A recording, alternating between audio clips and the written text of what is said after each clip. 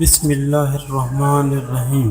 السلام علیکم، دنیا دیکھو ٹی وی کے ساتھ میں ہوں محمد واجد۔ فرینڈز، آج کی اس ویڈیو میں ہم افغانستان کے پس منظر سے لے کر موجودہ حالات تک کی مکمل داستان سنائیں گے۔ افغانستان وسط ایشیا اور جنوبی ایشیا میں واقع ایک زمین بند ملک ہے۔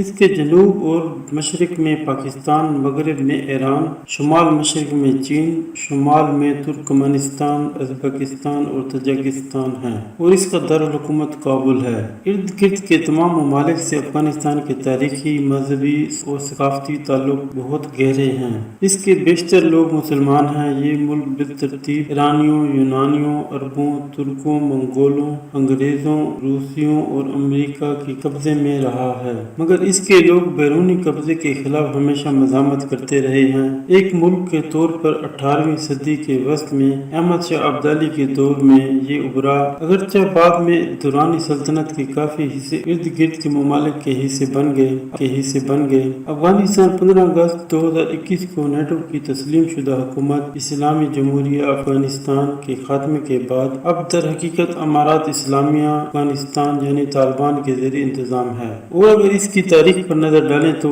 افغانستان میں 50,000 سال پہلے بھی انسانی آبادی موجود تھی اور اس کی زراعت بھی دنیا کی اولین۔ سن 2000 قبل مسیح میں عرائیوں نے افغانستان کو تاراج کیا، پھر ایرانیوں نے ان سے چھین لیا۔ اس کے بعد یہ عرصہ تک سلطنت فارس کا حصہ رہا۔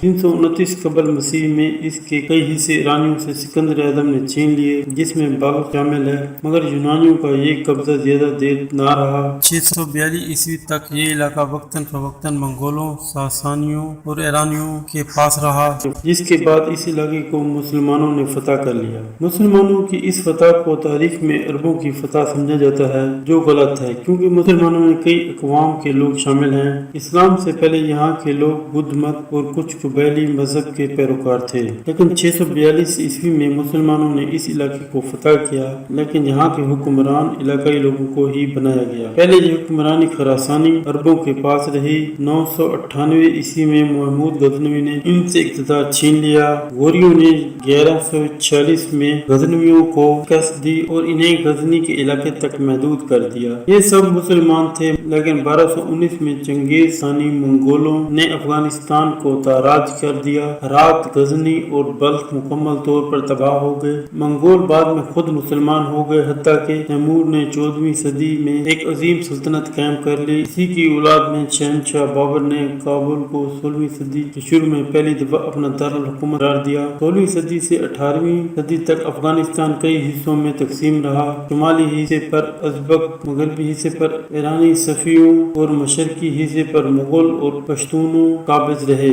1709 میں پشتونوں نے میر ویس خان ہوتک کی قیادت میں صفویوں کے خلاف جنگ لڑی اور 1719 سے 1729 تک افغانستان بلکہ ایرانی شہر اصفہان پر قبضہ رکھا۔ 1729 میں ایرانی بادشاہ نادر شاہ نے انہیں واپس دھکیلا اور ان کے قبضے سے تمام علاقے چھڑائے، حتیٰ کہ 1738 میں قندھار اور غزنی پر بھی قبضہ کر لیا، جو 1747 تک جاری رہا۔ پشتونوں اور فارسی بولنے والوں کی یہ کشمکش آج بھی جاری ہے۔ احمد شاہ درانی کو بجا طور پر افغانستان کا بانی کہا جا سکتا ہے۔ احمد شاہ درانی کو احمد شاہ ابدالی کے نام سے بھی یاد کیا جاتا ہے۔ جون 1747 میں نادر شاہ قتل ہو گیا، جس کے بعد لویا جرگے نے ابدالی قبیلے کے احمد شاہ درانی کو سربراہ چن لیا۔ پہلے قندھار میں اپنی حکومت قائم کرنے کے بعد احمد شاہ درانی نے تمام تر قوت افغانستان کو ایک ملک بنانے پر صرف کی۔ درانی سلطنت میں موجودہ ایران، افغانستان، پاکستان اور بھارت کے کچھ علاقے شامل تھے۔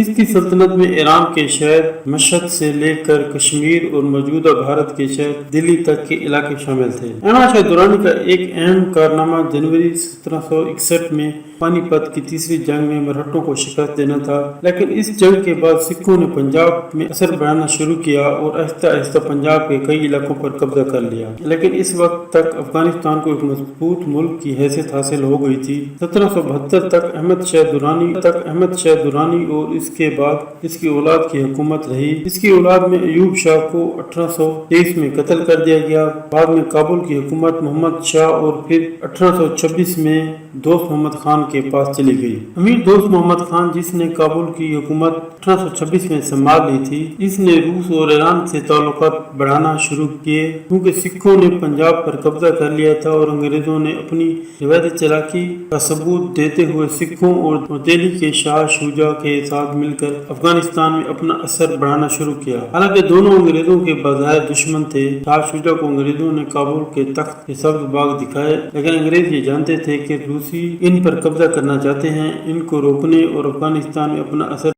اس سلسلے میں انگریزوں نے 2 جنگیں لڑیں۔ پہلی جنگ 1839 میں اس وقت ہوئی جب ایرانیوں نے ہرات کے لوگوں کے ساتھ مل کر انگریزوں اور روسیوں کو افغانستان سے بے دخل کرنے کے لیے افواج پورے ملک میں روانہ کی۔ انگریزوں نے کابل پر قبضہ کر کے دوست محمد خان کو گرفتار کر لیا۔ افغانیوں نے برطانوی فوج کے ایک حصے کو مکمل طور پر قتل کر دیا، جو 16,000 افراد پر مشتمل تھا۔ صرف ایک شخص زندہ بچا۔ انگریز مدتوں اپنے زخم چاٹتے رہے، اسی وجہ سے مجبوراً انگریزوں نے دوست محمد خان کو رہا کر دیا۔ بعد میں دوست محمد خان نے ہرات کو بھی فتح کر لیا اور دوسری جنگ 1878 میں اس وقت ہوئی جب امیر شیر علی نے برطانوی سفارتکاروں کو کابل میں رہنے کی اجازت نہ دی۔ اس جنگ کے بعد انگریزوں کے ایما پر 1880 میں امیر عبد الرحمان نے افغانستان کا اقتدار حاصل کیا، مگر عملاً کابل کے خارجی معاملات انگریزوں کے ہاتھ میں چلے گئے۔ اسی اثر کا فائدہ اٹھاتے ہوئے انگریزوں نے افغانستان کے ساتھ سرحدوں کے تعین کا معاملہ بھی کیا۔ امیر عبد الرحمان کے بیٹے امیر حبیب اللہ خان بعد میں افغانستان کے بادشاہ ہوئے۔ ان کے دور میں افغانستان میں مغربی مدرسے کھولے اور انگریزوں کا اثر مزید بڑھ گیا۔ 1907 میں امیر حبیب اللہ خان نے انگریزوں کی دعوت پر برطانوی ہند کا دورہ بھی کیا۔ اسی مغربی دوستی اور اثر کی وجہ سے امیر حبیب اللہ خان کے رشتہ داروں نے 20 فروری 1919 کو قتل کر دیا۔ اس کے قتل کے بعد اس کا بیٹا امان اللہ خان بادشاہ بن گیا اور انگریزوں کے خلاف جنگ چھیڑ دی، مگر 19 اگست 1919 کو اس کے اور انگریزوں کے درمیان میں راولپنڈی میں ایک معاہدہ ہوا، جس میں انگریزوں نے افغانستان پر اپنا کنٹرول ختم کیا اور افغانستان میں ان کا اثر تقریباً ختم ہو گیا۔ 19 اگست 1919 کو اسی وجہ سے افغانستان کی یوم آزادی کے طور پر منایا جاتا ہے، جس کے بعد افغانستان صحیح معنوں میں ایک ملک بن گیا۔ لیکن نومبر 1928 امان اللہ خان کے خلاف بغاوت شروع ہوئی اور اس نے سوئٹزرلینڈ میں پناہ لی۔ جنوری 1900 میں حبیب اللہ کلاکانی نے کابل پر قبضہ کیا اور حبیب اللہ شاہ غازی کے نام سے حکومت قائم کی، مگر اکتوبر 1929 میں جنرل نادر خان کی فوج نے کابل کو گھیر لیا، جس پر حبیب اللہ خان فرار ہو کر اپنے گاؤں چلا گیا۔ نادر شاہ نے 1929 میں افغانستان کا تخت سنبھالا، مگر 1933 میں کابل کے ایک طالب علم نے اسے قتل کر دیا، جس کے بعد اس کے 19 سالہ بیٹے ظاہر شاہ بادشاہ بن گیا۔ ظاہر شاہ 1933 سے 1973 تک بادشاہ رہا۔ 40 سال تک افغانستان پر حکومت کی۔ وہ افغانستان کا آخری بادشاہ تھا، لیکن سردار محمد داؤد خان جو اس کا کزن تھا، اس نے 17 جولائی 1973 کو ایک فوجی بغاوت میں افغانستان پر قبضہ کر لیا۔ اس بغاوت کو روس کی مدد حاصل تھی۔ ظاہر شاہ فرار ہو کر اطالیہ چلا گیا۔ 1979 میں روس نے افغانستان کی حکومت کی دعوت پر افغانستان میں اپنی فوج اتار دی اور افغانستان پر اسی طرح روس کا قبضہ ہو گیا۔ افغانستان میں مجاہدین نے ان کے خلاف جنگ شروع کر دی۔ امریکہ نے ان مجاہدین کو خوب مدد فراہم کی، مگر امریکہ کا مقصد اسلام کی خدمت نہیں بلکہ روس کے خلاف ایک قوت کو مضبوط کرنا تھا۔ امریکہ کو پاکستان کو بھی ساتھ ملانا پڑا۔ پاکستان کی مذہبی جماعتوں کو بھی امریکہ نے روس کے خلاف استعمال کیا۔ افغان مجاہدین اسلام سے مخلص تھے، لیکن امریکہ انہیں اپنے مقصد کے لیے استعمال کرتا رہا، مگر جب امریکہ کو ان کی ضرورت نہ رہی تو وہی مجاہدین دہشت گرد کہلانے لگے۔ امریکی CIA، پاکستان، امریکی اور سعودی عرب نے اس دوران میں اپنا کردار ادا کیا، جس میں ان ممالک کے کچھ مفادات مشترک تھے اور کچھ ذاتی تھے۔ اس جہاد کا نتیجہ یہ نکلا کہ روس کو 1999 میں مکمل طور پر افغانستان سے نکلنا پڑا۔ اس کے بعد 11 ستمبر کے واقعے کی بنیاد بنا کر امریکہ نے طالبان پر